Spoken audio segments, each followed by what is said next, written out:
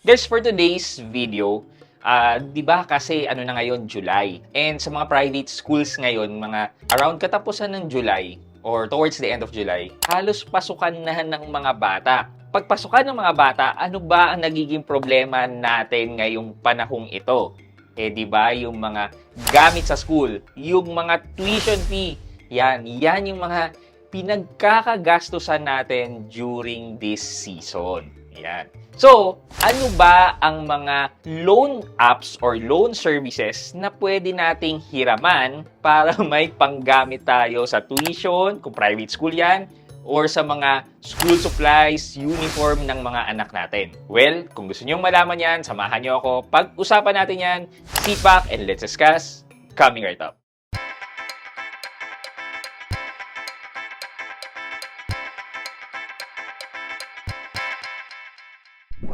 Hi guys, this is Pat and you're in Pat Quintos Review TV.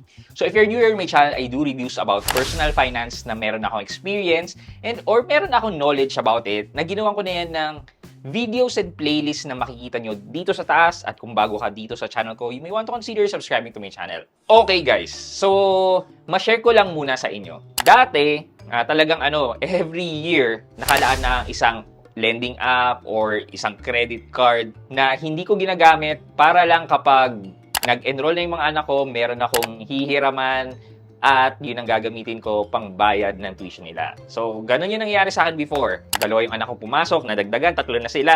Ngayon, 4 na sila mag-aaral, 3 sa private school, 1 sa Science High School. Well, shoutout po sa mga Marikina Science High School. Thank you po at dyan pa rin po nag-aaral yung anak ko ngayon. Shoutout po sa inyo. Pero yun na nga, during this time, ito na yung hiraman season for the tuition fee. And I'll be sharing sa inyo yung mga naging strategy ko, mga nahiraman ko for the tuition fee. And then later, yung mga nahiraman ko for the school expenses like school supplies, uniform, etc. So let's start muna yung mga malakihang amount for tuition fee.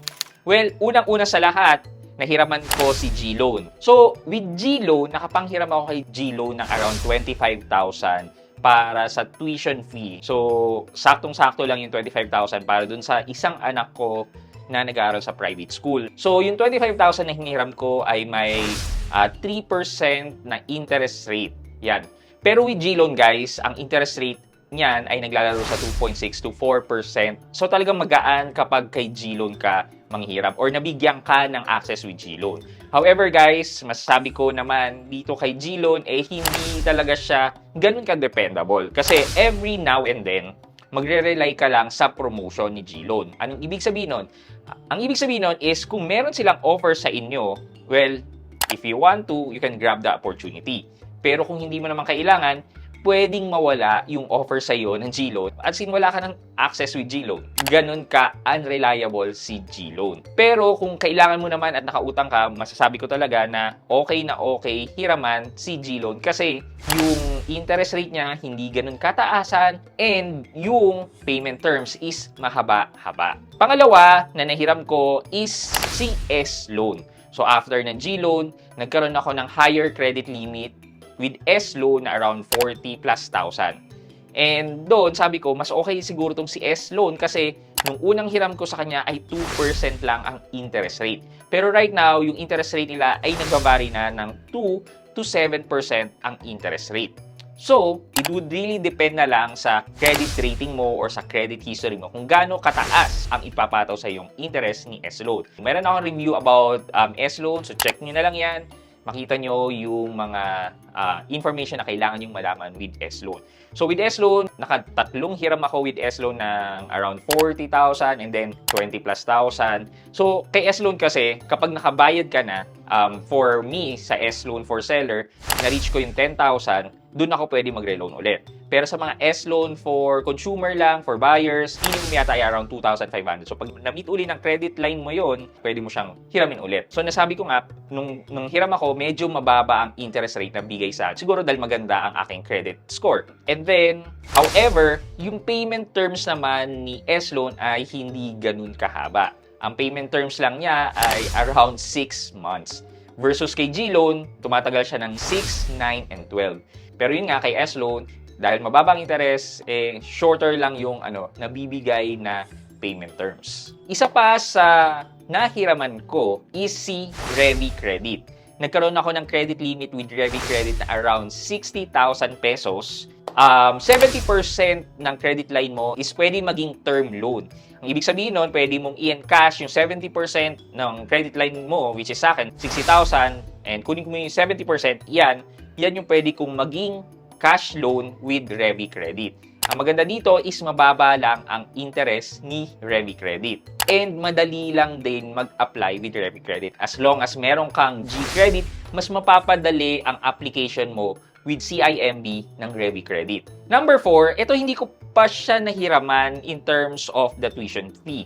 Pero isama ko siya dito kasi napaka-beneficial nila, lalo na pag gagamitin mo siya para sa ditong purpose.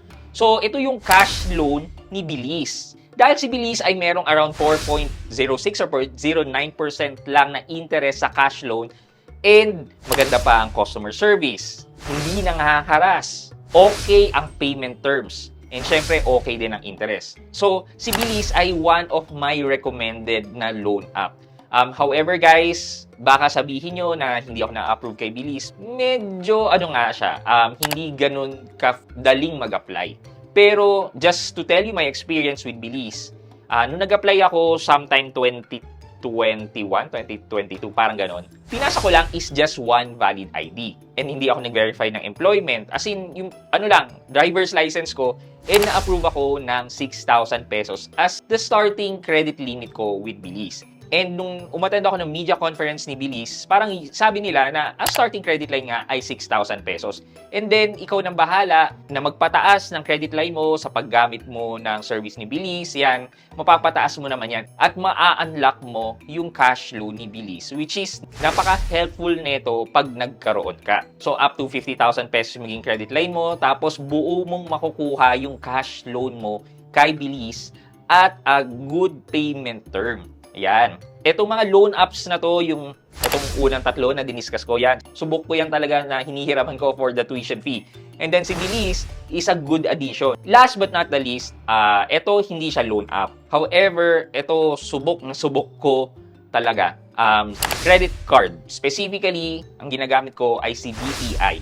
Yung BPI na credit to cash, meaning yung credit limit ko, i-convert sa cash. Kasi, napakababa ng interest rate na binibigay ni credit card. Kung irarang ko lahat tong napag-usapan natin, well, number 1 para sa akin ay credit card. Kung meron kayong access sa credit card, you may want to check with your credit card bank issuer yung convert to cash na feature. Usually, meron yan. Iba't iba lang ang tawag. Kay BPI is credit to cash. Kay East2West is Insta Cash. Kay HSBC meron din pero hindi ko ina-avail. Sa listahan natin, number 1 ko talaga, go-to ko for the enrollment season is credit card. Yan.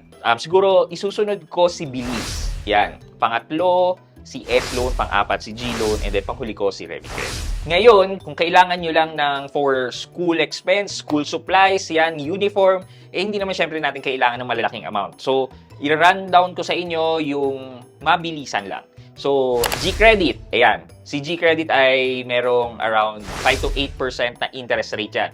So, as long as na good credit standing ka, you can also pay the minimum amount due kung wala ka pang extra pera. Maya Credit, okay naman si Maya Credit. However, kailangang bayaran ka agad in full yung inutang mo pagdating ng due date mo. Usually yan, kaya umabot ng 40 to 45 days. Pero, sabi ko nga, it depends kung kailan mo siya hiniram. Maganda dyan, hiramin mo siya or gamitin mo the day after ng billing end date. Number 3, kung meron kayong SPay later, doon na kayo sa Shopee bumili ng mga school supplies nyo.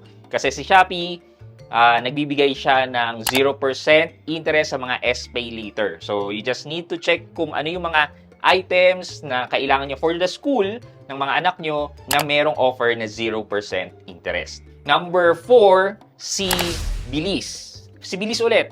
Kasi si Bilis, meron din siyang 0% interest for your QR purchases. Pero hanggang 2,000 pesos lang to. So, dahil school supplies naman yan, national bookstore, ganyan, well, kaya naman siguro yung 2,000 at least, di ba? Within one cut-off until your due date, 0% ang inutang nyo for the school supplies. And lastly, ito, siguro for this amount, ito naman yung highly recommended ko, which is si Atome Credit. Si Atomic Credit ay 0% din ang interest rate niya sa loob ng 40 days or isang cut-off. It also depends on when you use the card. And again, recommended ko na gamitin nyo yung card after ng billing end date nyo para ma-maximize nyo yung 40 to 45 days. Para sa akin guys, napaka-helpful ni Atomic Credit, ni Bilis, and ni G-Credit. So basically, yan yung go-to revolving credit ko for the school supplies naman. Okay, for our question of the day. Malaki ba talaga ang gap ng quality na tinuturo between private school at saka ng public school? Ano sa tingin nyo? And kung may chance kayo, pipiliin nyo rin ba talaga ang mga private school para doon pag-aralin ng mga anak nyo? Let me know sa comment section sa baba at may chance kayong manalo ng 1,000 pesos sa ating weekly GCash giveaway care of my finance department. Thank you po sa inyo for approving. Yan, that's for our weekly GCash giveaway. Comment nyo lang sa comment section sa baba. And maghintay po kayo. I-announce ko rin po yung date ng ating 100,000k celebration. Medyo hintay-hintay lang po tayo ng konti. Pagdating po ng play button, doon po tayo mag-celebrate ng 100,000 subscribers na may mananalong 4 na tao, 2 coming from lahat ng ating question of the day, and 2 coming from the live event mismo. So abangan nyo po talaga yung celebration natin ng ating 100,000 celebration. Also guys, salamat po at naka-reach tayo ng 100,000. Hindi ko po magagawa to kung hindi dahil sa inyo. Maraming salamat. Yun lamang po for today's video. Thank you so much po sa panonood at pagsuporta ng aking mga videos. Maraming salamat. I hope you can like this video, leave a thumbs up, and if not, wala nang problema dyan, but continue to support me. Be subscribing to my channel by clicking the subscribe button and also the bell button sa tabing subscribe para makareceive kayo ng latest notification sa lahat ng upload ko. Again guys, this is Pat Quinto, and you're in Pat Quinto's Review TV. Bye-bye!